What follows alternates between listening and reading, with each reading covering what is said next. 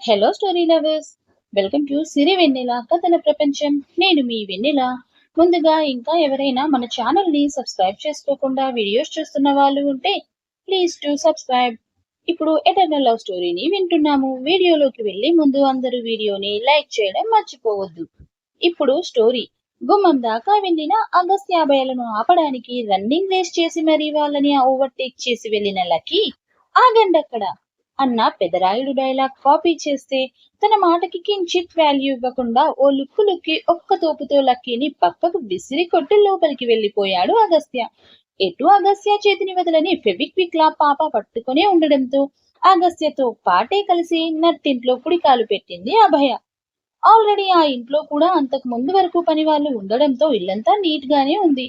లోపలికి అడుగు పెట్టిన మరుక్షణం అగస్త్య చకచకా తన రూమ్ కి వెళ్లిపోవడానికి స్టెప్స్ ఎక్కుతుంటే, ఒరే బావా, కాసేపు ఆగరా, మీ ఇద్దరినీ కలిసి దేవుడికి దండం పెట్టించమని చెప్పాడు మావయ్య అంటున్న లక్కీ మాటకి సర్రున వెనక్కి తిరిగిన అగస్త్య, ఇంకోసారి మావయ్య అది చెప్పాడు, మీరు ఇది చెయ్యాలి అని కహానీలు పడ్డావనుకో, నీకు పిండం పెడతాను దరిద్రుడా. నోరు మూసుకొని ముందు దొబ్బ ఇక్కడి నుంచి అన్నాడు అగస్త్య అరిచినట్టే.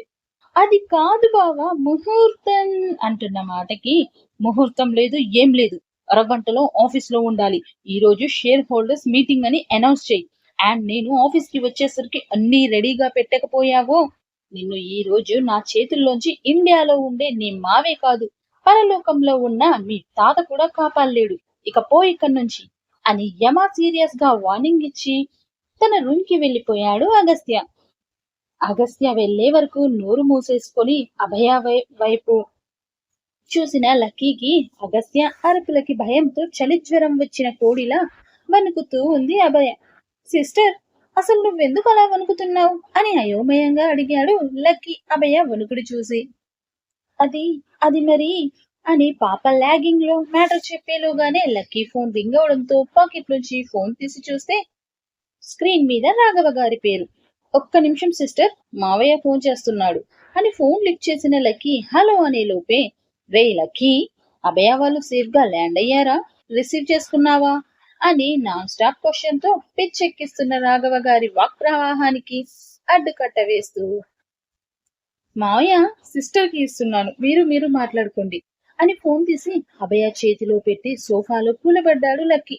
అమ్మయ్య అనుకుంటూ. హలో మావయ్య అంది అభయ నెమ్మదిగా. అమ్మా అభయ, సేఫ్ గానే రీచ్ అయ్యారా అని అడిగాడు రాఘవ. హా మావయ్య, ఇప్పుడే ఇంటికి కూడా వచ్చేశాం అని చెప్పింది అభయ. గృహప్రవేశం పూర్తయిందా అడిగాడు రాఘవ. అబ్బో, అదొక గృహప్రవేశం ఇంకా పూర్తవడం అని వెటకారంగా అనుకున్నాడు లక్కీ మనసులోనే. హా మావయ్య అని పొడి పొడిగా చెప్పింది అభయ. వాడేమైనా ఇబ్బంది పెట్టాడా నిన్ను జర్నీలో అని అడిగాడు రాఘవ. లేదు మావయ్య సమాధానం చెప్పింది అభయ. ఇంతకీ వాడెక్కడా, ఫ్లైట్ ల్యాండ్ అవగానే ఫోన్ ఆన్ చేయకుండా ఏం చేస్తున్నాడు వాడు చిరాగ్గా అన్నాడు రాఘవ. మావయ్య, అగస్త్య గారు ఆయన రూమ్ లోకి వెళ్లారు అని చెప్పింది అభయ. ఆయన రూమ్ ఏంటి, ఇక నుండి మీ ఇద్దరికి ఒకే రూమ్, వాడేమైనా అంటే నాకు చెప్పు. సరే మావయ్య అంది అభయ. సరేలే, నేను వాడికి కాల్ చేసి మాట్లాడతాను, కానీ ఇక నువ్వు కొంచెం ఫ్రెష్ అయ్యి ఇంట్లో దీపం వెలిగించి ఏదైనా తీపి వంట చేసుకొని దేవునికి నైవేద్యం పెట్టు తల్లి మంచిగా చెప్పాడు రాఘవ. హా అలాగే మావయ్య అంతకన్నా మంచిగా సమాధానం ఇచ్చింది అభయ. నీకు ఏ అవసరం ఉన్నా అన్ని వాడినే అడుగు, మొహమాట పడకు. వాడేమైనా తలతిక్క పనులు చేస్తే నీ ఎదురుగా ఉన్నాడుగా ఓ కోతి అని లక్కీని ఉద్దేశించి చెప్పి, వాడికి చెప్పి వెంటనే నాకు కాల్ చెయ్యి, నేను వచ్చేలోపు వాడు చూసుకుంటాడు అన్ని. మనిషి చూడ్డానికి కోతిలా ఉన్నా మంచోడే, పైగా మనూరోడే, నాకు అల్లుడు వరుస, నీకు అన్న వరుస అవుతాడు అని చెప్పాడు రాఘవ లక్కీ గురించి. తనని కోతి అన్నాడని ముక్కుపుటాలెగరేస్తూ గుర్రున చూశాడు లక్కీ. కాసేపు రాఘవతో, తండ్రితో, ఇంట్లో వాళ్ళతో అందరితో మాట్లాడిన అభయ చివర్న కాల్ కట్ చేసి లక్కీకి ఇచ్చి థ్యాంక్స్ అన్నయ్య అంది నవ్వుతూ. అమ్మయ్య, నీలో భయం అనే ఒకే ఎక్స్ప్రెషన్ కాకుండా ఇంకో కొత్త రకమైన ఎక్స్ప్రెషన్ చూశాను చూడు, ఇక నా జన్మ ధన్యం అయ్యింది అన్నాడు లక్కీ నవ్వుతూ. చిన్నగా నవ్వి ఊరుకుంది అభయ. ఫోన్ పాకెట్ లో పెట్టుకుంటూ టైం చూసిన లక్కీకి అగస్త్య చెప్పిన టైంలో ఆల్రెడీ 15 మినిట్స్ అయిపోయిందని చూడగానే, అమ్మో, ఇంకో 15 మినిట్స్ లో ఆఫీస్ లో ఉండకపోతే మీ ఆయన నాకు రంకు మొగుడవుతాడు. ఈవినింగ్ ఆఫీస్ అయ్యాక కలుస్తాను సిస్టర్. ఇదిగో ఇదే నా నెంబర్. ఏదైనా అవసరం ఉంటే ఫోన్ చెయ్యి. మావయ్య చెప్పింది గుర్తుందిగా, అలా ఫాలో అయిపో చెప్తా. బాయ్ అంటూ మళ్ళీ మారథాన్ మొదలు పెట్టాడు వెనక్కి తిరిగి చూడకుండానే లక్కీ. లక్కీ వెళ్ళాక రాఘవ గారు చెప్పినట్టు ఫ్రెష్ అయ్యి దేవుని ముందు దీపం పెట్టాలని అనుకుంటూ ఫ్రెష్ అవ్వాలని పైన ఉన్న రూమ్స్ లో అగస్త్య ఎక్కడున్నాడో వెతుక్కుంటూ లగేజ్ ని మోసుకుంటూ వెళ్ళింది అభయ. 3 రూమ్స్ వెతికాక 4వ రూమ్ డోర్ ఓపెన్ చేసేసరికి బిజినెస్ వరల్డ్ లో మునిగిపోయి కనిపించాడు మన అగస్త్య బాబు. మెల్లిగా పిల్లిలా ఆ రూమ్ లోకి అడుగుపెట్టిన పాప రూమ్ మొత్తం స్కాన్ చేస్తుంటే, ఏంటే భయం, నా రూమ్ లోకి వచ్చావ్ అన్నాడు అగస్త్య ఆమె వైపు చూడకుండానే. కథం, ఇక పాప ఉన్న చోటే స్ట్రక్ అయ్యింది. వాడు చిన్నగా అడిగితేనే 2 నిమిషాలు అయినా పాప నుండి సమాధానం రాకపోయేసరికి తాను ప్రిపేర్ చేసిన మెయిల్ సెండ్ చేసి మాక్ బుక్ పక్కన పెట్టి ఒళ్ళు విరుస్తూ లేచి అభయ దగ్గరికి వచ్చాడు అగస్త్య. అగస్త్య అడుగులు తన వైపు దగ్గరయ్యే కొద్దీ పాపలో భయం ఎట్ స్పీక్ స్టేజ్ లోకి వచ్చేస్తుందన్నమాట. ఒక చేత్తో లగేజ్ బ్యాగ్ స్ట్రాప్ ను గట్టిగా పట్టుకొని చీర కొంగును పిడికిలిలో బంధించి తలను పూర్తిగా నేలకే రాసిచ్చి కుడి చేతి గోర్లను కసాబిసా కొరికేస్తుంది భయంతో అభయ. పూర్తిగా అభయ దగ్గరికి వచ్చిన అగస్త్య పాదాలను చూసి టెన్షన్ ఎక్కువైనా పాప చేతిలో ఉన్న లగేజ్ బ్యాగ్ ను దబ్బున ఫ్లోర్ మీదకి ల్యాండ్ చేసింది. ఇంకేముంది, అది కాస్త మా ఓడి కాలి మీద పడి ఆ రాక్షసి అన్న అరుపు అగస్త్య నోటిలోంచి బయటకు వచ్చేలా చేసింది. అగస్త్య అరుపుకి ఇంకాస్త భయపడిపోయిన భయం అటు ఇటు తిరిగి ఎటు పోవాలో తెలియక బొంగరంలా అక్కడక్కడే తిరిగి వాల్కి డాష్ ఇచ్చింది. ముక్కు పచ్చడి చేసుకుని దిమ్ముగా అనిపిస్తున్న ముక్కుని రుద్దుకుంటూ వెనక్కి తిరిగేసరికి తనకి ఇంచ్ దూరంలో తననే కోపంగా చూస్తూ ఉన్నాడు అగస్త్య. అంత దగ్గరగా బాబుని చూసేసరికి ఆ కళ్ళల్లోని కోపాన్ని చూసి ఇంకాస్త జడుసుకుని పక్కకు తిరగబోతే తనని వెళ్ళనీయకుండా ఓ చేతిని అడ్డుగోడలా పెట్టేశాడు అగస్త్య. తింగరిది, మరి ఇటు తిరిగి వెళ్ళొచ్చుగా. ఆహా, అలా చెయ్యకుండా ఏడుపు మొహం పెట్టి అగస్త్య కంఠాన్ని చూసి గుట్టకలు మింగుతూ అంటే, మరి పాప హైట్ కి కరెక్ట్ గా బాబుకి అక్కడే ఆగింది ఆమె హెడ్. అగస్త్య గారు, నన్నేం చెయ్యకండి అంది వెక్కుతూ. అగస్త్య ఒక్కసారిగా ఎక్స్ప్రెషన్స్ మార్చి, ఆ నేను నిన్నిప్పుడెందుకు ఏం చేస్తానే, అయినా నీ అంత స్మార్ట్ గా మనుషులని దెబ్బ కొట్టడం నాకు రాదే భయం అన్నాడు అగస్త్య. అగస్త్య మాటల్లో ద్వంద్వార్థాలు అర్థమవుతుంటే, నేనేం కావాలని చేయలేదు అగస్త్య గారు అంది మళ్ళీ అభయ. అబచ్చా, నువ్వలా చెప్పగానే నమ్మేయడానికి నేను మరి మా నాన్నల అమాయకుణ్ణి కాదే భయం. అగస్త్యానందనిక్కడ. ఇప్పుడు చిక్కావే నా చేతికి. ఇన్ని రోజులు ఇన్నోసెంట్లా నటించి మా నాన్నని అడ్డు పెట్టుకొని నన్ను ఆడుకున్నావు కదా. ఇప్పుడు చూపిస్తానే ఈ అగస్త్య అంటే ఏంటో. బుహహా, ఇది నా రాజ్యం, నా సామ్రాజ్యం. ఇక్కడ నేను చెప్పిందే వేదం, నేను గీసిందే గీత. ఇక నుండి నీకు చుక్కలు చుక్కలు చూపించకపోతే నేను అగస్త్యనే కానే కాదే అని వికటాట్టహాసం చేశాడు అగస్త్య. అగస్త్య హాస్యానికి భయానికి చెమటలు పడుతుంటే, అగస్త్య గారు, మీరలా నవ్వకండి, నాకు భయమేస్తుంది అంది భయం. భయమేస్తుందా భయం? ఈ భయం నేను వద్దన్నా వినకుండా పెళ్లి నాకిష్టమే అని చెప్పావే, అప్పుడు ఉండాలి ఈ భయం. ఆ రోజు హాస్పిటల్లో నన్ను అందరి ముందు ఎదవని చేశావే, ఆ రోజు ఉండాలి.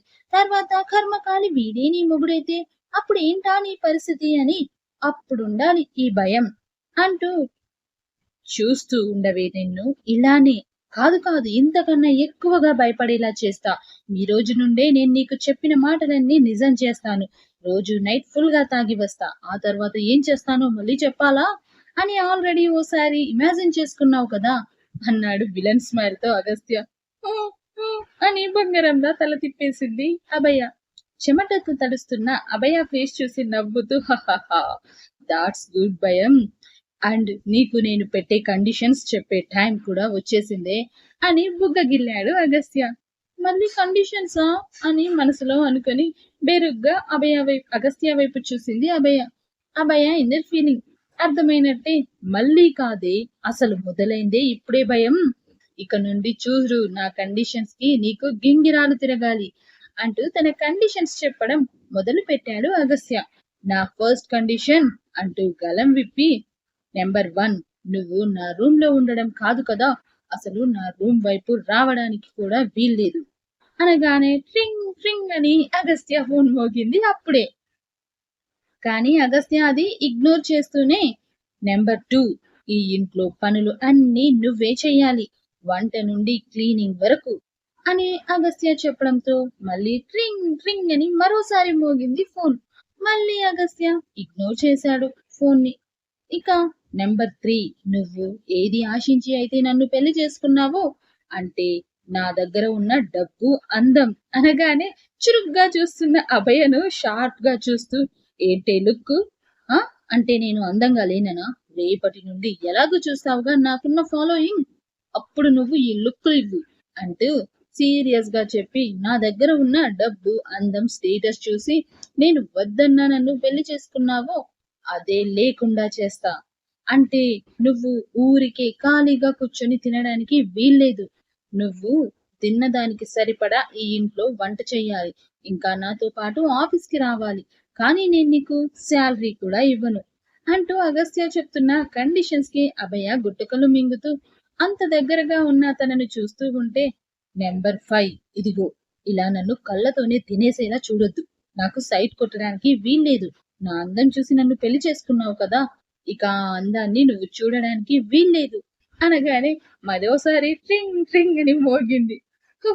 ఎవరిది, ఇన్నిసార్లు కాల్ చేసినా కానీ లిఫ్ట్ చేయట్లేదు అంటే బిజీగా ఉన్నాను అని అర్థం చేసుకోవచ్చు కదా, చ అని విసుక్కుంటూ అభయని వదిలి ఫోన్ చూస్తే కాల్ ఫ్రమ్ పెదరాయుడు, అంటే వాళ్ళ నాన్న. ఇహ మొహాన్ని ఎంత విసుగ్గా పెట్టాలో అంత విసుగ్గా పెట్టి కాల్ లిఫ్ట్ చేసిన అగస్త్య వినయానికి విసుగు పుట్టేంత వినమ్రతగా, హలో నాన్నగారు అన్నాడు. ఇన్నిసార్లు ఫోన్ చేస్తుంటే లిఫ్ట్ చేయకుండా ఏం రాజకార్యాలు వెలగబెడుతున్నావురా నువ్వు? అప్పుడే వెళ్ళావో లేదు, మళ్ళీ మొదలు పెట్టేశావా నీ డ్యూటీ? ఒక్కరోజు కూడా అమ్మాయిని సంతోషంగా బయట తిప్పడము, లేదంటే ఇద్దరూ కలిసి అలా కాస్త బయట మాట్లాడుతూ ముచ్చట్లు పెడుతూ ఎంజాయ్ చేయడము లేదు, కానీ అది కాదంటే జర్నీ చేశానని అలసిపోయి పడుకోవడము, ఇలా ఏదీ లేకుండా మళ్ళీ వెళ్ళగానే టిక్కు టిక్కు అంటూ ఆ ఎదవ కంప్యూటర్ ని నొక్కుతూ పనిలో పడిపోయావా? అసలు నిన్ను కాదు, నువ్వు అనగానే అడగగానే ఆ కంప్యూటర్ ఏదో నేర్పించి నువ్వు చెప్పిన కోర్స్ అల్లా చదివించాను చూడు, నన్ను నన్ను నేను తిట్టుకోవాలి అని అగస్త్య కాల్ లిఫ్ట్ చేయడమే ఆలస్యం తన చిరాకునంతా బయట పెట్టేశాడు రాఘవ. నాన్నగారు ఎందుకు ప్రతిసారి ఇలా తిడుతూనే ఉంటారు? అయినా నేను ఎప్పుడు వర్క్ చేయట్లేదు అన్నాడు అగస్త్య. మరేం చేస్తున్నావు? కాల్ చేస్తే లిఫ్ట్ చేయనంత బిజీ ఏంటి నీకు అన్నాడు రాఘవ కోపంగా. అది నేను నాన్న వాష్రూమ్ లో ఉన్నాను అని నోటికి వచ్చిన అబద్ధం చెప్పేశాడు అగస్త్య. చా, ఏదో నోటికి వచ్చిన అబద్ధం చెప్పకురా, అమ్మాయి ఆల్రెడీ ఫ్రెష్ అవడానికి వెళ్తే నువ్వెలా వాష్రూమ్ లో ఉన్నావురా? అబద్ధం చెప్పినా అతికినట్టు ఉండాలి వెటకారంగా అన్నాడు రాఘవ. రాఘవ వెటకారానికి అగస్త్య తల కొట్టుకోవడం తప్ప ఏం చేయలేకపోయాడు పాపం. యారా సైలెంట్ గా ఉన్నావు, ఏదో ఒకటి మాట్లాడి తగలడు అని మళ్ళీ రాఘవ గారే గట్టిగా అరిచాడు. నాన్నగారు, ఇప్పుడు మీ ఆరోగ్యం ఎలా ఉంది, భోజనం చేశారా అని అడిగాడు అగస్త్య. ఏడ్చినట్టుంది. మాట్లాడమంటే ఇది కాదురా అని చిరాకు పడుతూ, నాన్న నందు, ఒక్క విషయం చెప్తాను, మంచిగా వినరా అని బుజ్జగిస్తూ చెప్పాడు రాఘవ. ఇక రాఘవ దేని గురించి చెప్తాడో అర్థమైనా కూడా అగస్త్య అయిష్టంగానే కొట్టాడు. ఎలా జరిగినా ఏం జరిగినా నీకు అభయకైతే ఇప్పుడు పెళ్లి జరిగింది కాబట్టి తనిప్పుడు నీ భార్య. పైగా అభయ భయస్తురాలే కాని చాలా మంచి అమ్మాయి. అందం, ఒద్దిక, తెలివి, గుణగణాలు, పెద్దలంటే గౌరవం, దేవుడంటే భక్తి, అన్నిటికన్నా ముఖ్యంగా నువ్వంటే ఇష్టం, ప్రేమ ఉన్నాయి. నువ్వు ఏదో ఆశించి బిజినెస్ డీల్ కోసం ఎంగేజ్మెంట్ చేసుకున్నావు కదా ఆ అమ్మాయి. ఎప్పటికైనా నిన్ను వేలెత్తి చూపిస్తుందే కాని నిన్ను మనస్ఫూర్తిగా ప్రేమించే భార్య ఎప్పటికీ కాలేదురా. కానీ అభయ అలా కాదు. నీకు అన్ని విధాలుగా సరిపోయే అమ్మాయి. కేవలం నా మీద గౌరవంతో నీకు ఇష్టం లేదని తెలిసినా కూడా నా ప్రాణం కాపాడడానికి నీతో పెళ్లికి ఒప్పుకుంది అభయ. అందరినీ వదులుకొని నీ మీద నమ్మకంతో సప్త సముద్రాలు దాటి అంత దూరం వచ్చింది నీతో కలిసి. తనకి తెలియదని నేను అనను. తెలుసు, చదువుకున్న అమ్మాయి, తనకి అన్ని తెలుస్తాయి. కానీ ఇప్పుడు మాత్రం తనకి ఆ దేశం, అక్కడి వాతావరణం మాత్రమే కాదు, నువ్వు కూడా కొత్తే. కాబట్టి నేనేదో నిన్ను బలవంతం పెట్టడం వల్ల చేసుకున్న పెళ్లిలా కాకుండా తను నీ భార్య అని, తనకు అక్కడ నువ్వు తప్ప ఇంకెవరూ లేరు అని మైండ్ లో పెట్టుకొని అమ్మాయితో కాస్త మంచిగా ఉండు నందు. చిన్నప్పటి నుంచి నువ్వు కోరుకుంది నీకు ఇవ్వడం తప్ప నేనేది నిన్ను కోరలేదు. నీ ఇష్టాన్ని ఎప్పుడు కూడా కాదనలేదు కూడా నేను. నీ సంతోషం కోసం నువ్వు ఎంత దూరంగా ఉంటానన్నా కూడా నా మనసు దిటువు చేసుకొని నువ్వు అంత దూరం వెళ్తాను అన్నా కూడా ఒప్పుకున్నాను. కానీ మొదటిసారి నేను ఒక్క కోరిక కోరుతున్నాను నిన్ను. అది కూడా నీ కోసమే అయినా కానీ అందులో కూడా నా కొడుకు సంతోషం, నా వంశ భవిష్యత్తు అనే స్వార్థం కూడా ఉందిరా నాలో. రాఘవ గారి మాటలకు అగస్త్య అసహనంగా, హుఫ్, నాన్న ఎంతసేపు చెప్తాడు అనుకున్నాడు మనసులో. రాఘవనే మళ్ళీ మాట్లాడుతూ, నందు, ఇప్పుడు నా గౌరవం, నా నమ్మకం, నా పెద్దరికం అన్నీ అన్నీ నీ చేతుల్లోనే ఉన్నాయిరా. నా స్నేహితుడికి నమ్మకంగా చెప్పాను. నా కొడుకు వల్ల నీ కూతురికి సంతోషమే తప్ప ఈనాడు కంట తడి పెట్టే అవకాశం రాదు అని. నువ్వు నా కోసం ఏం చేయకపోయినా పర్లేదు. కేవలం నా ఈ ఒక్క మాట నిలబెట్టు చాలు అన్నాడు రాఘవ బుజ్జగింపుగా. ఇక తండ్రి మాటలకు అగస్త్య అసహనంగా తల తిప్పుతుంటే అక్కడ ఉన్న అభయను చూసి నుదురు రబ్ చేసుకుంటూ బాల్కనీలోకి వెళ్ళిపోయాడు. అగస్త్య బాల్కనీలోకి వెళ్లడంతోనే అప్పటి వరకు బిగపట్టిన ఊపిరిని ఫ్రీగా వదిలేస్తూ రిలాక్స్ గా ఫీల్ అయ్యి గబగబా తన చేతికి అందిన డ్రెస్ అవుట్ తీసుకొని ఫ్రెష్ అవ్వడానికి వాష్రూమ్ లోకి దూరిపోయింది అభయ. బాల్కనీలోకి వెళ్ళిన అగస్త్య రైలింగ్ మీద చేతులు పెట్టి గార్డెన్ లోకి చూస్తూ ఇంకా కాల్లోనే ఉన్న రాఘవ గారితో, నాన్న ప్లీజ్, మీరిలా ఎందుకు మాట్లాడుతున్నారు? ఒక్కసారి నన్ను కూడా అర్థం చేసుకోవడానికి ప్రయత్నించొచ్చు కదా. సడన్ గా పెళ్లి అన్నారు.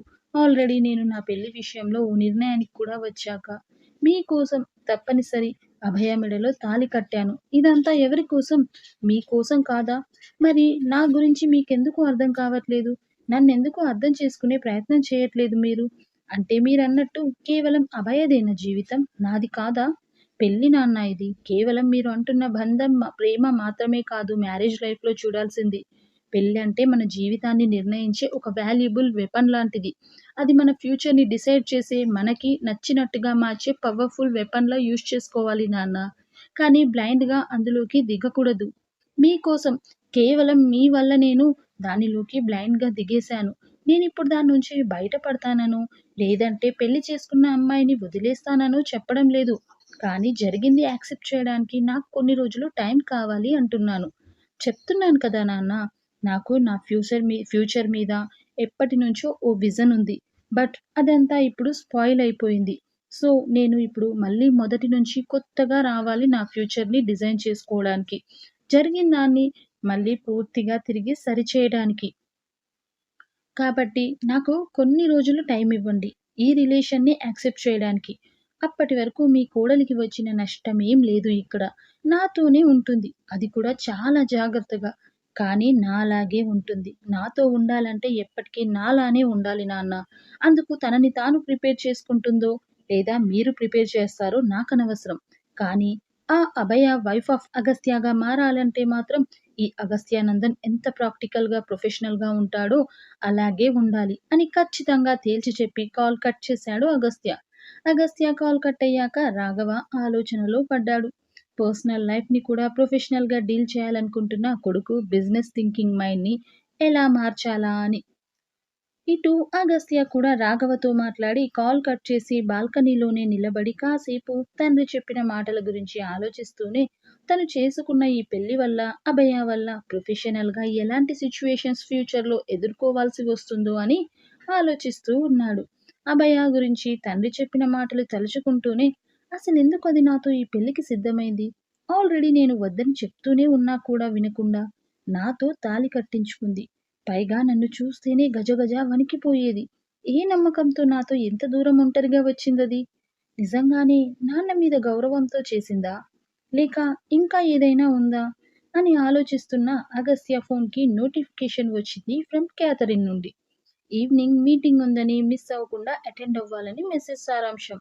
అది చూసి ఇక గాఢంగా నిట్టూర్చుతూ హుఫ్! ఇప్పుడు వీడి కూతుర్ని పెళ్లి చేసుకోలేదని వీడెన్ని కండిషన్స్ పెడతాడో! సాఫీగా సాగిపోతుంది అనుకున్న నా లైఫ్‌ని దాని భయంతో ఒకే ఒక్క ఇన్సిడెంట్‌తో మొత్తంగా కాంప్లీట్ చేసేసింది ఈ అభయ. అసలు దీన్ని అనుకోని కోపంగా పళ్ళు నూరుతూ వెనక్కి తిరిగేసరికి అప్పుడే ఫ్రెష్ అయ్యి ఫ్రెష్‌గా బయటకు వచ్చిన అభయను చూసి బాబుగారు నిలబడిన చోటే స్టన్ అయిపోయారు. అదేంటి ఇంతకు ముందే కదా అగస్త్య కండిషన్ పెట్టాడు చూడొద్దు అని అంటున్నారు కదా రీడర్స్. అందరికీ ఒకే మాటండి. సార్ కండిషన్స్ చెప్తారు కానీ ఫాలో అవ్వరు. అదన్నమాట. 21 మినిట్స్ ఎపిసోడ్ అండి. ఎలా ఉంది?